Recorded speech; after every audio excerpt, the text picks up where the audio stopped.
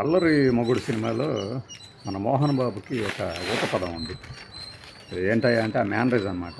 హీనంగా చుడుకు ఘోరంగా దెబ్బతింటామని. అట్లానే మనం పొలిటికల్ వీడియోలు చేయొద్దు అని కొంతమంది అంటే వాళ్ళకి ఇష్టం లేని పార్టీ గురించి చక్కగా మాట్లాడుతున్నామనో, వాళ్ళకి ఇష్టమైన పార్టీ గురించి విమర్శిస్తున్నామనో ఏదో చెప్తున్నారు కానీ, లేదు మనం అంత చక్కగా వివరించలేకపోతున్నామని అర్థమై ఉండొచ్చు కానీ, రాజకీయాల్లో కూడా కేఏ పాల్ అంటే పెద్ద కమెడియన్ అనుకుంటాం.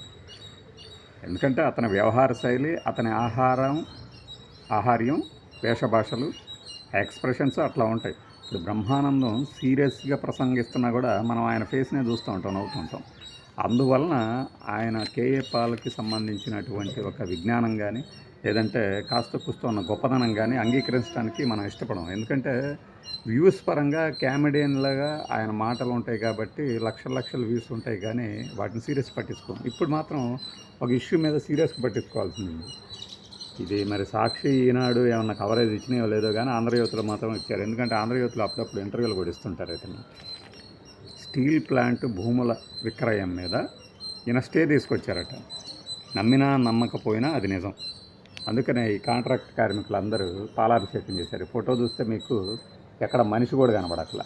ఒక బిందె కనబడుతుంది, పాలతో బిందె ఇస్తాడు అనుకుంటా.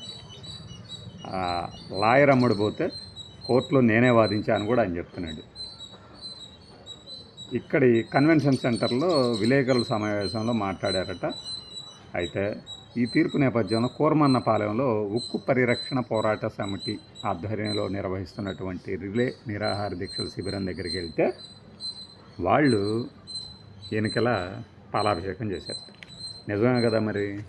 తొడగొట్టే టీడీపీ కానీ, ఎరగదీస్తామని చెప్పే వైఎస్ఆర్సీపీ కానీ, అసలు ఇంతదానికి మూలభూతమైనటువంటి బీజేపీ కానీ, సిగ్గుండాలనుకోండి కేంద్రంలో ఉన్న పార్టీకి, కాంగ్రెస్ కానీ, అధికారంలో వస్తే ఆపుతామనే కాంగ్రెస్ కానీ, వీళ్ళెవ్వరూ చేయలేని పనులని ఇట్లా ప్రైవేటు వ్యక్తులు కాస్త కూస్త పేరు పార్టీల కన్నా కూడా వాళ్ళ వ్యక్తిగతంగా పేరు ప్రతిష్టలతోనే అందరిలో ప్రాచుర్యం పొందిన వ్యక్తులు గొప్ప నిర్ణయాలు, గొప్ప చర్యలు చేపట్టగలుగుతున్నారంటే మరి వీళ్ళందరూ ఉన్నది దేనికి?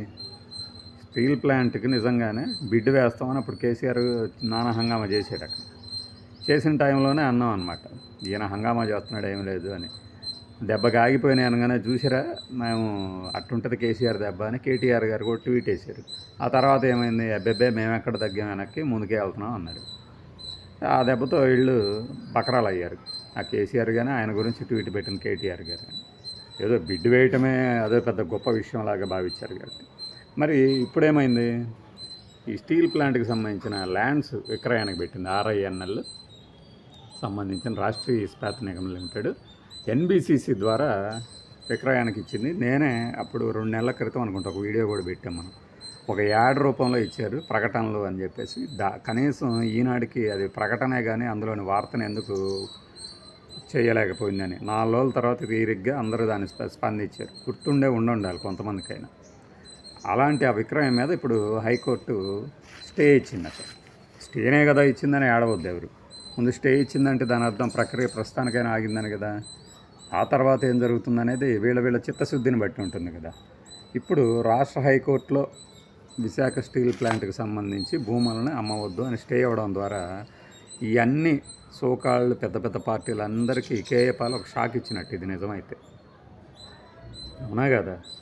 మనకెంతసేపు పుట్టిన దగ్గర నుంచి ఒక పార్టీని అభిమానిస్తూ ఆ తర్వాత ఒకే పార్టీకి గుర్తుకు ఓటేయడానికి అలవాటు పడిన మనకి అంత తొందరగా వేరే పార్టీలకి ఏ బుద్ధి కాదు.